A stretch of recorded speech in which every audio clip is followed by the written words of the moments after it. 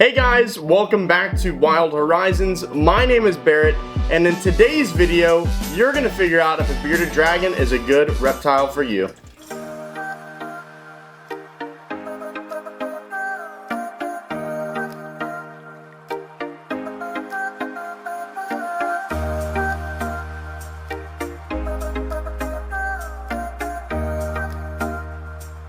Hey guys, well, I appreciate you tuning back into this one. Again, by the title of today's video, we are going to be going over some facts and some myths about bearded dragons. So this is my friend Inferno. We have two bearded dragons here at the old household, and we are going to be going over some myths and facts. So if you're new to the channel, make sure you drop a like down below. Consider subscribing.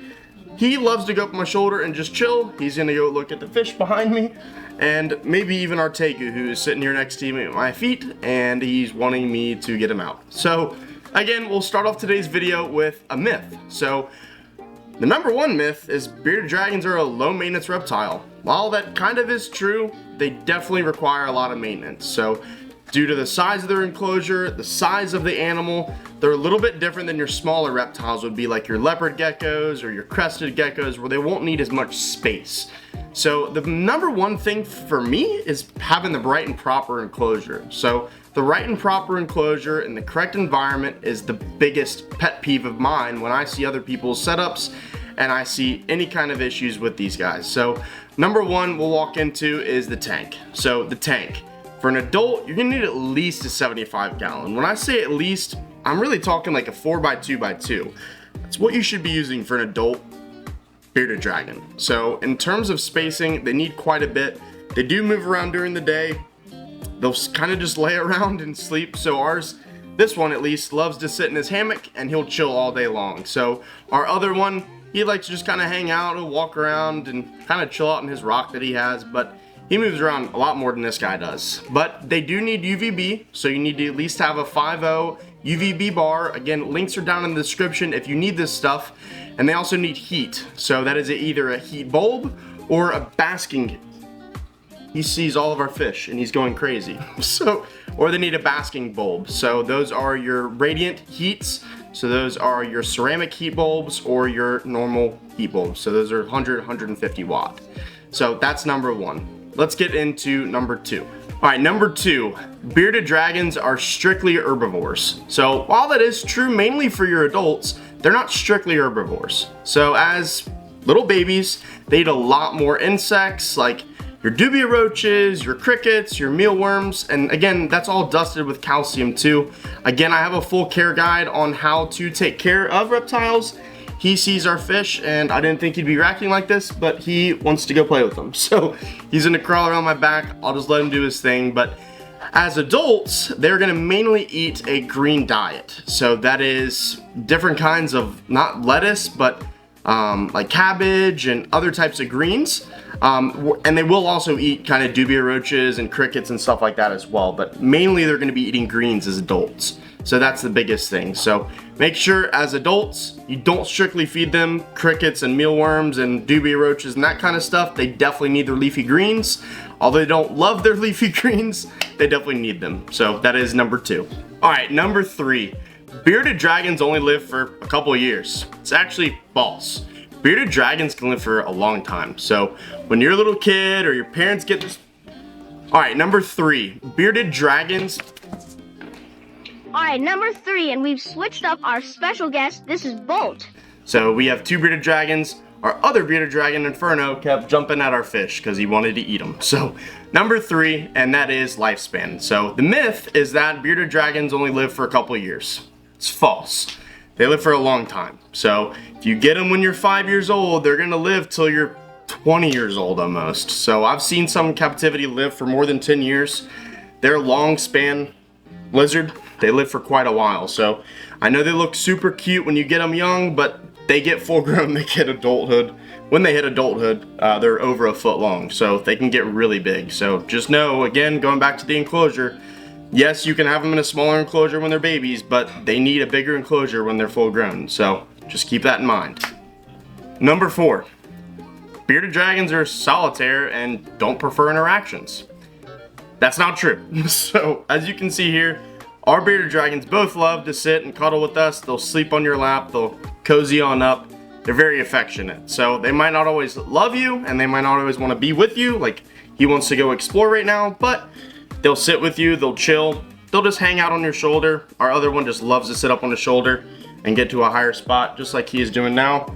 But they're affectionate creatures, so they definitely have a personality. Our other one has quite the personality. He's a lot more laid back, but our other one, Inferno, he's a maniac sometimes. As you've probably seen, either I cut it out or I didn't, but he full grown like jumped off my shoulder and tried to go eat the fish behind me in the tank. So he's feisty, but he's super friendly.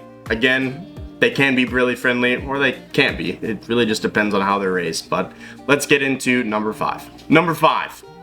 5? 10? Number 5. Number 5 is they can be cohabbed. True and not true. So I do not recommend cohabbing. So I've had really bad experiences in the past with people that have told me they've cohabbed. They've had issues with cohab. I just don't do it. So you have two males together like both of our guys are, and you put them with one another, they're gonna fight to the death. So these guys are super territorial. Our other one throws his head back and forth. He's insane. So I don't recommend cohabbing. While they're young, okay, maybe, but as they get older, I definitely don't recommend cohab. Unless you want to put a male or female together to have some babies, but other than that, I don't recommend it. Even then, it can get bad real quick. So just don't do it. Just separate them. It's not that hard. And they're nice and cute. They'll come out and chill with you. They'll give you little kisses like that. They'll just sit and chill. So let's get on to number 6. Number 6, bearded dragons don't need to be bathed frequently. Not true. So our bearded dragons get a bath at least every couple days. So these guys love to bathe, especially when they're about to shed. Helps out a lot with shedding. Gets them nice and hydrated. They love to just drink up all the water. So I've seen people who've had little tiny water dishes in their bearded dragons enclosure, and my bearded dragon's not drinking. Get them out of the enclosure, give them a bath, because I guarantee you the second you put them in to bathe, they're gonna go ahead and drink a lot of that water up. So they love to soak. They love to swim too. They're actually really good swimmers. So if you haven't done that with your bearded dragon, or if you're getting one, I would highly encourage you. I don't know where he's trying to go. Maybe he's looking at our other monitor and he sees them too. So like I said, they're territorial. They might not show it because maybe you don't have other animals, but they can be territorial. So, but with giving them a bath, I highly encourage you, at least every week, give them a bath. It doesn't take long. It's really easy to do. They enjoy it. They love swimming around. They use their tail kind of like a little alligator. You can throw them in your bath, but they love the water. So let's get on to number 7. All right, on to the next. So the other myth is that bearded dragons don't need a gradient temperature balance in their enclosure. That is completely false. So they need a basking area of at least 110 degrees, and the cooler side to be around, I would say, 85 to 90 degrees. So you definitely want to have a warmer side of the enclosure and a cooler side. Although they love really hot environments. So if your environment's hot, they're gonna enjoy it. But just again, make sure they don't get too dry. Make sure they stay hydrated. That's again huge for these guys. I've seen tons of these guys with metabolic bone disease and all that other kind of stuff. You need to make sure you take care of your pets. So this is a long-term investment, but give them the proper heating source they need as well as UVB source they need. So all reptiles, I don't care what you say, they need UVB. They get it in the wild, give it to them at home. Because we're taking these guys, I'm not saying you're taking them out of the wild because they're already probably in the store you bought them from, but in the wild they have UVB, so give it to them. It's not very difficult to do. It's gonna go out maybe every couple months. It's not that expensive to take care of. If you already made the investment to go ahead and get one of these, give them the proper lighting they need to not have any issues while they're growing up, because tons of these guys get metabolic bone disease, they don't have proper UVB, or they don't have the proper diet, which gets us into the next one. The next one here is diet. So diet is super important. Like I mentioned earlier, leafy greens for adults, a lot of crickets, insects when they're young. But again, there's a ton of variety of things they can have. So they can have fruits, they can have veggies, they can have crickets, mealworms. The main important thing though when giving them food is calcium. So these guys are notorious for getting metabolic bone disease. So I've seen tons of pictures where their arms are deformed or their tails don't look right, or even their jaw kind of protrudes and overlaps, and just they don't look healthy. So they don't live a good life. He is trying to jump to our monitor. What is up with these guys? They're going crazy.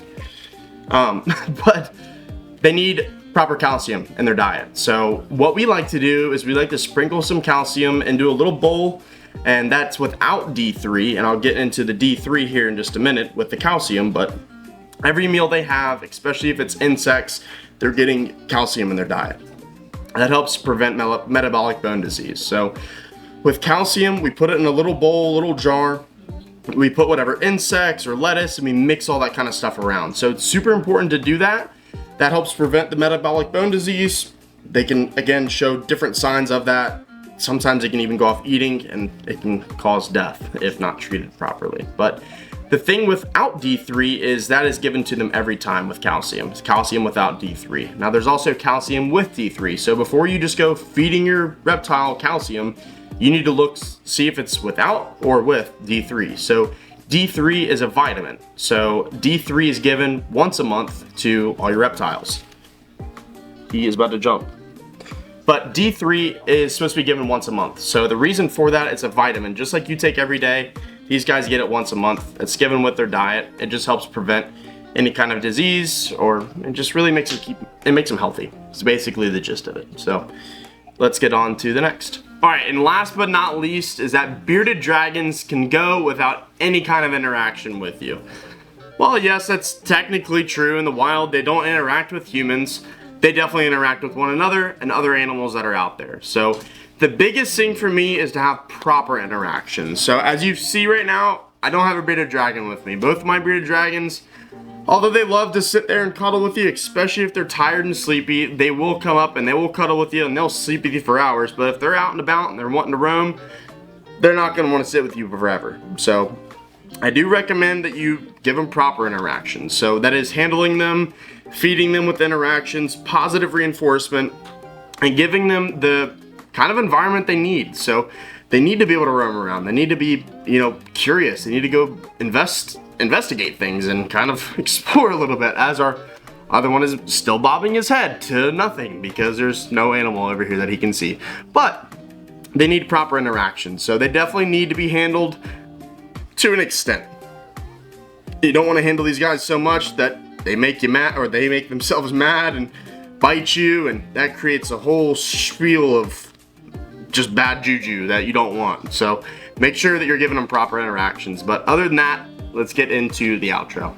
Alright guys, well I appreciate you sticking through this one. It was a rougher one because I was distracted by all of our animals that are around me, thinking I'm about to feed them to my bearded dragons, jumping off my shoulder, going after my fish. But I appreciate you sticking through this one. I know it was a little bit lengthier, going over some details. Again, it's important stuff there, guys, so make sure you take the time. If you're investing into some of these animals, give them the proper care, the proper needs that you can provide to them. Again, if you can't provide those things, don't get the animal. So again, if you're new, I appreciate you sticking along. I hope you learned something, but we will see you in the next one. Uploads Tuesdays and Fridays, but stick around, subscribe down below, drop a comment. We'll see you in the next one. Peace.